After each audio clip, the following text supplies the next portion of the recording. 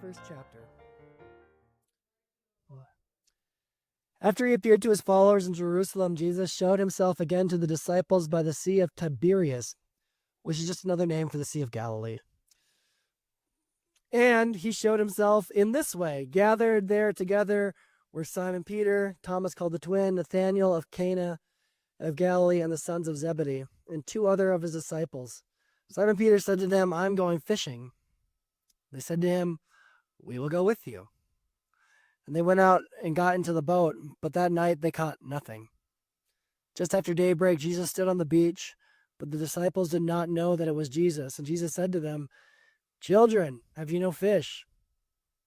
You have no fish, have you?" And they answered him, "No." And he said to them, "Cast the net on the right side of the boat, and you will find some." So they cast it, and now they were not able to haul it in because there were so many fish.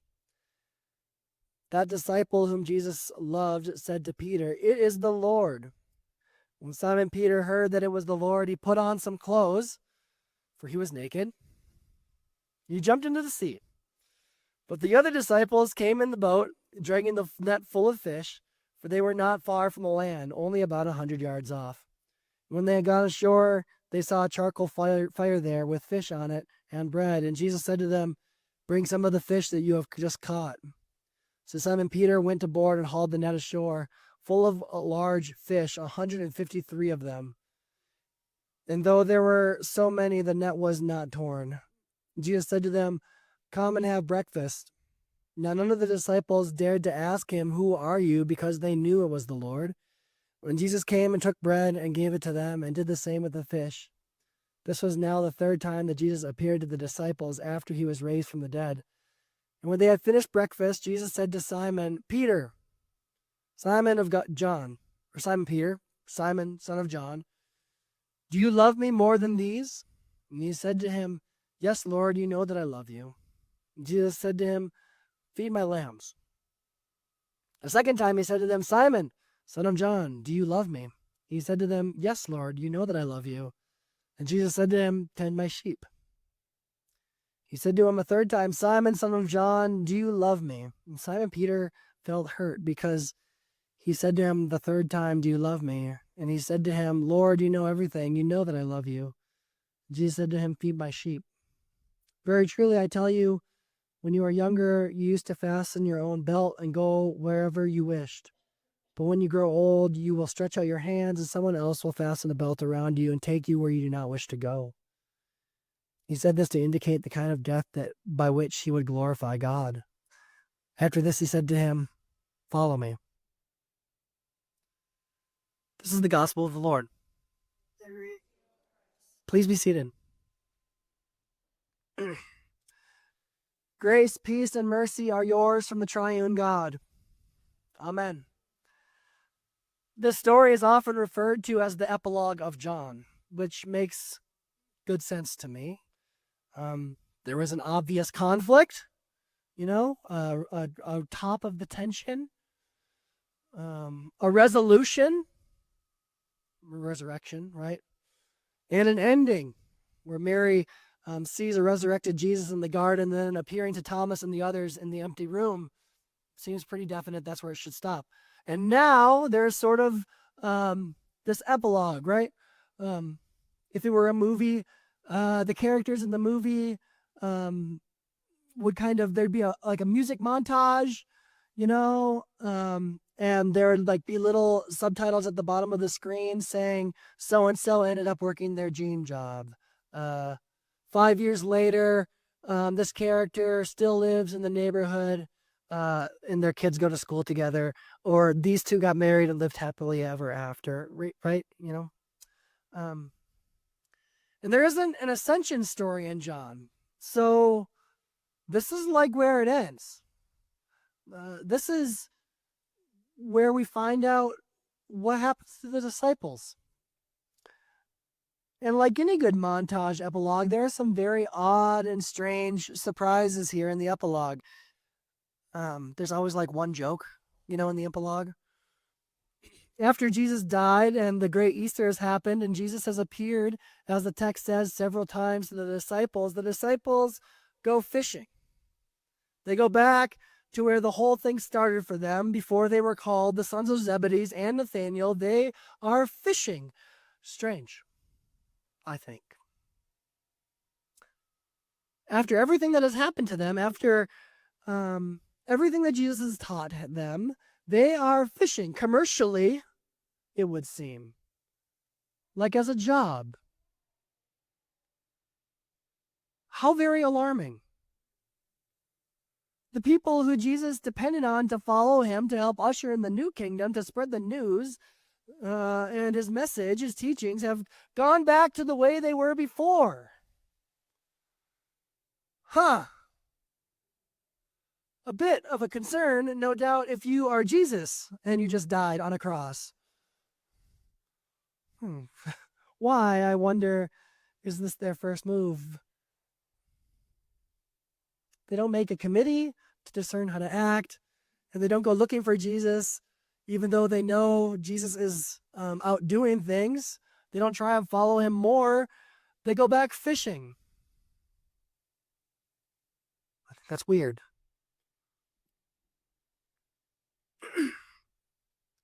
But I relate. It has taken some time for me to recognize this in myself, but one of the things I am working on in my life is a stick-to-itness or perseverance when I make a mistake. I don't mind doing difficult things. I'm really good at that, but I don't like making mistakes. Of course, I do make mistakes, but it is hard for me. And without the perseverance in my own mistakes, I have this tendency to being an all or nothing kind of person. As soon as I fail at something, I go completely off the deep end. A spur of the moment spending leads to failed budgets. Skipped commitments to exercise and take care of myself turns into skipping like months of self-care. Missed deadlines, even ones that I make for myself, result in me not being late one day, but months. And nowhere is this more evident to me than in my relationships, be it with God or with my friends. I know I should call somebody back or just reach out and check in with a friend, but I don't. And so eventually months pass and I keep thinking to myself, I should really call that person. But something in the back of my head says to me, what would you talk about? You haven't talked to them in a month. You don't even know them anymore. And they don't want to talk to you. What's another month? Call them tomorrow, or tomorrow's tomorrow. It feels weird to say it, but shame is what it is. I feel ashamed about not calling that person back, and so I don't. And I don't, and I don't. And the next thing you know, I really don't have a relationship with them. And despite the utter predictability of it, my isolation has left me alone, and I am surprised every time. Right? Who could have guessed?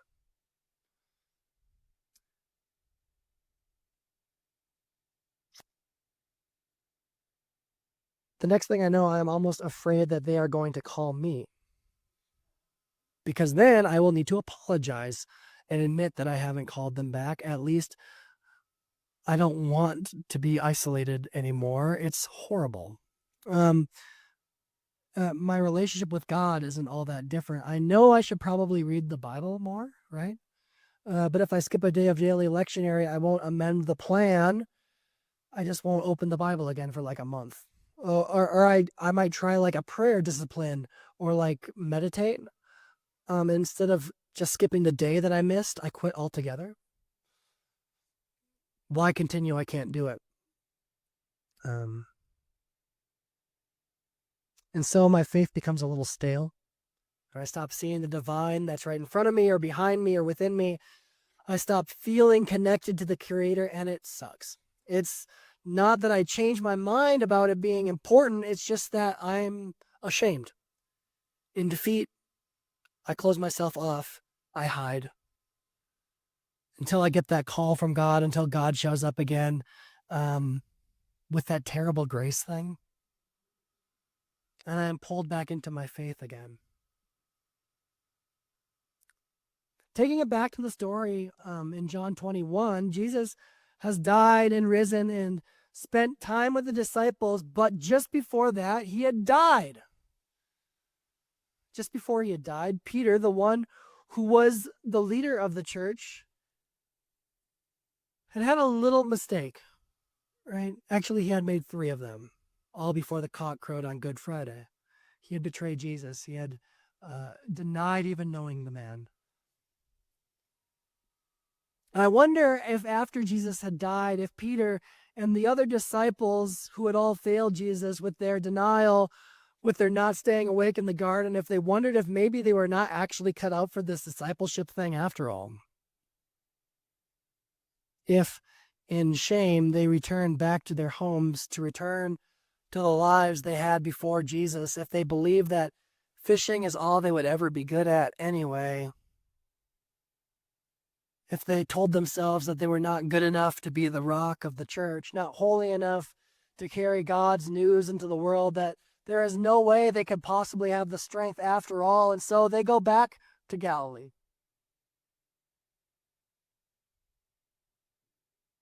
Who can't relate?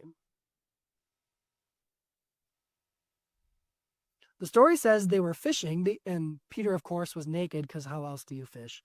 And Jesus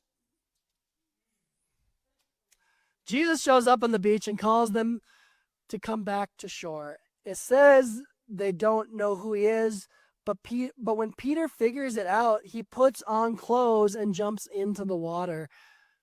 He is as ashamed of Adam as Adam when God found them naked in the garden, and he covers himself and he jumps in the lake. He hides.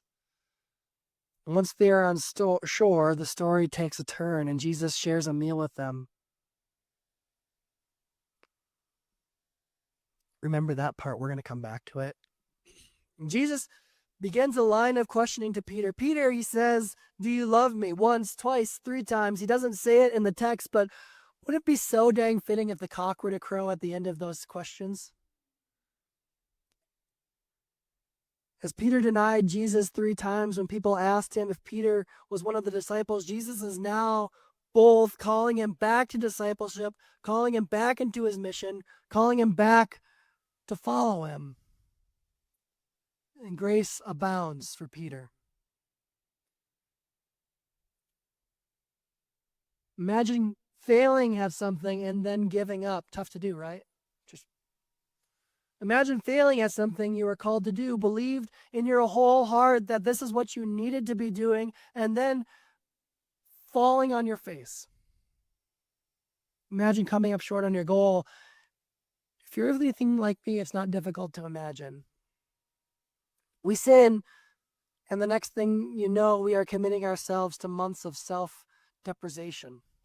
But dear friends, here is the gift of the gospel. Jesus comes to Peter and he knows he messed up. In fact, he predicts it. He comes down on the beach to pull him out of his shame and chooses him again and again and again. 3 times. Take care of my sheep, Peter. Love my lambs, Peter. Be the rock of my church, Peter. You are my loved one. Imagine the weight being lifted off of Peter. He was good enough after all. Despite, or maybe because of his failures, his denial, Jesus still chooses him. Ironic is the word for it. That this person that denies Jesus 3 times turns out to be like one of the 2 main evangelists of the whole story. And it happens after he has shown his insufficiency. That's gospel.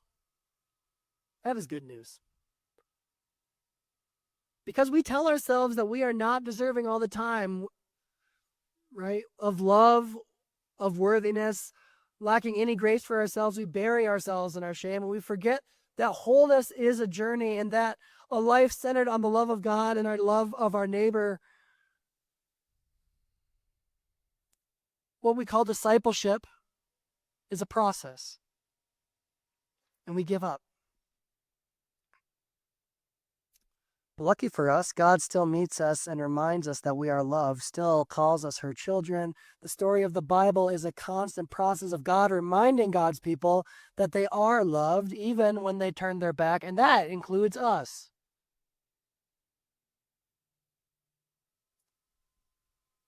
The disciples leave their discipleship and go fishing. They return back to the exact place that Jesus found them in the first place, and where they first got asked to follow him. Jesus meets them where they are at again, and he invites them back into discipleship again, showing them abounding mercy and declaring them fit for the job. And he shares a meal. As it turns out, the Last Supper was not the Last Supper after all, and he would nourish them again and again and again, just like God does now with us. God is still, despite our best attempts to trap ourselves in our shame, despite the tiredness we feel on the journey and our tendency to slip back into self-destructive patterns, Jesus still meets us to nourish us through the Word, through community, through God-soaked beauty all around us, through the kind words of a friend, and in a meal. In the waters of baptism, God pulls us out of the grave. Grace abounds. May we remember that our shame is no match for God's grace. Amen. Well of Hope is an inclusive community of faith in the ELCA. We proclaim God's love for all, we create community through worship, study, and play, and we serve in love. If you want to be a part of this, sign up for our weekly email online here, follow us on our social media, or stop by worship at 10 o'clock at New Hope Presbyterian Church. Go through the big wooden doors on the right. We look forward to seeing you.